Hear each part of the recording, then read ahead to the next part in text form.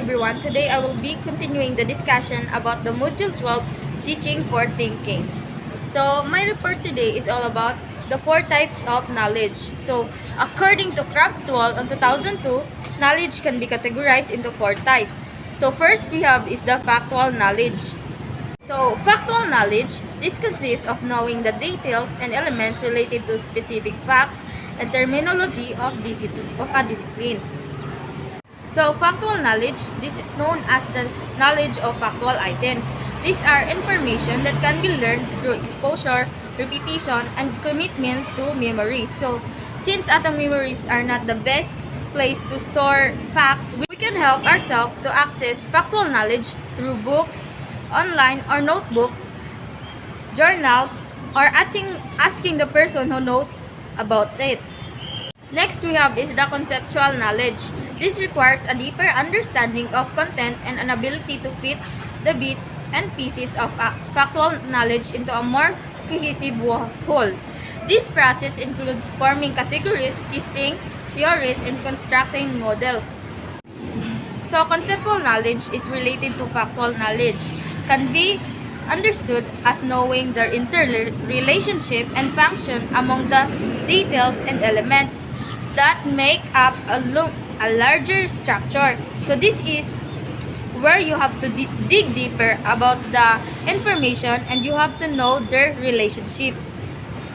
So the third is the procedural knowledge.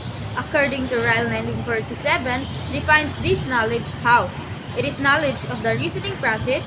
Each discipline of study encompasses a way of thinking. Procedural knowledge, in this type of knowledge, it puts what into action through the how. It is a knowledge on how to perform or do a certain task.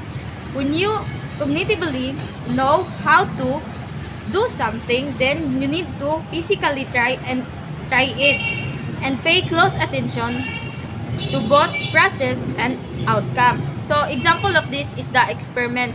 Fourth is the metacognitive knowledge. This refers to the knowledge students gain about their own thinking. It involves self-regulation and an understanding how to rethink direction and produce procedures to learn more effectively. This knowledge goes beyond cognition to an ability to regulate, control, and monitor one's own cognitive processes.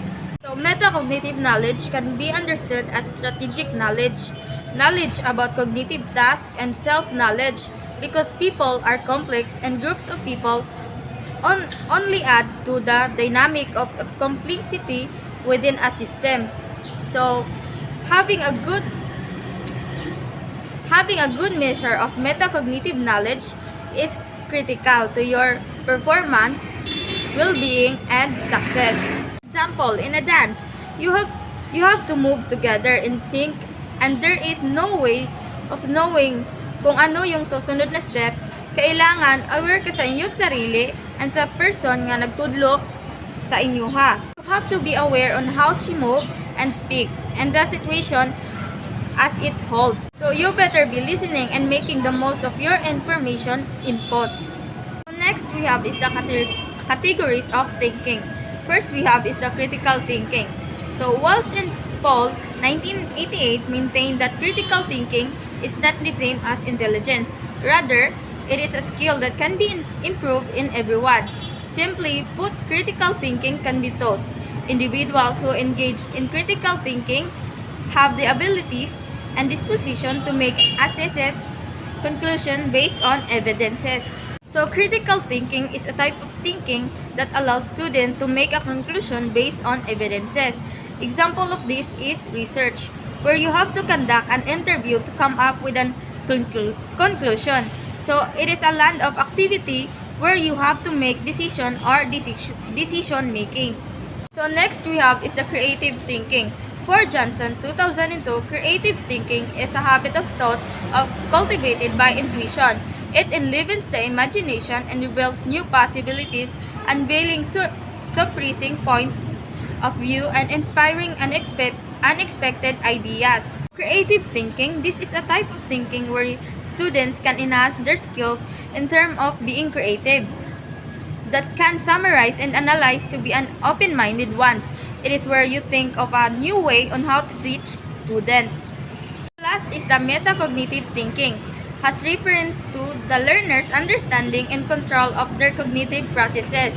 It is a mental process that assesses learners to reflect on their thinking by internalizing, understanding, and recalling the content to be learned.